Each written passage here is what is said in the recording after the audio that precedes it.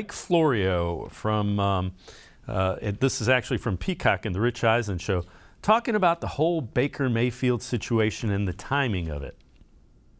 I think it's going to stay quiet until after the draft, Rich, because that is the next big data point in all of this as we see who gets quarterbacks in round 1 or round 2.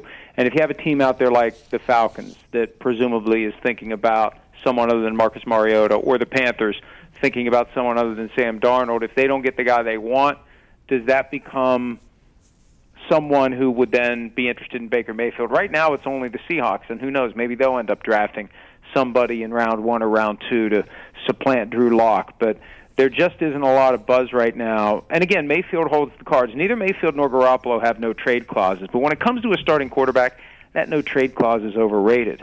Because if I'm interested in a guy to come in and be my starter, to be the face of my team, the most important player there, the guy who shows up early, stays late, does all the things that we need him to do to lead his teammates, he doesn't want to be there, I don't think I'm making that trade.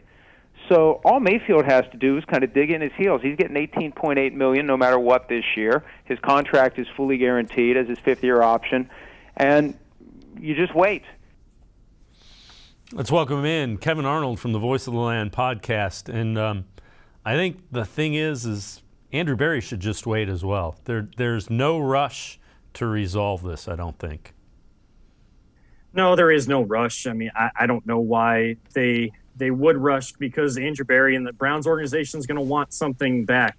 They also have to understand that teams aren't going to rush to get Baker Mayfield either, because teams aren't really interested in paying that $18 million. Now, people could say that that's because they don't believe in him as a starting quarterback. I think there are teams out there that believe in him as a starting quarterback, but there's teams out there that, just like the Browns, are using analytics to fuel information, and they don't want a guy in the final year of his contract not knowing if he's going to be someone they can will stick around, or maybe conversations or information they have says that they're not the representatives for Baker Mayfield aren't sure if he'd be willing to take a little bit less money or anything like that. So there's no reason to rush. You have kind of your quarterback room now filled up with Deshaun Watson, just getting Josh Dobbs, and of course, filling that room up over the last 2-3 weeks.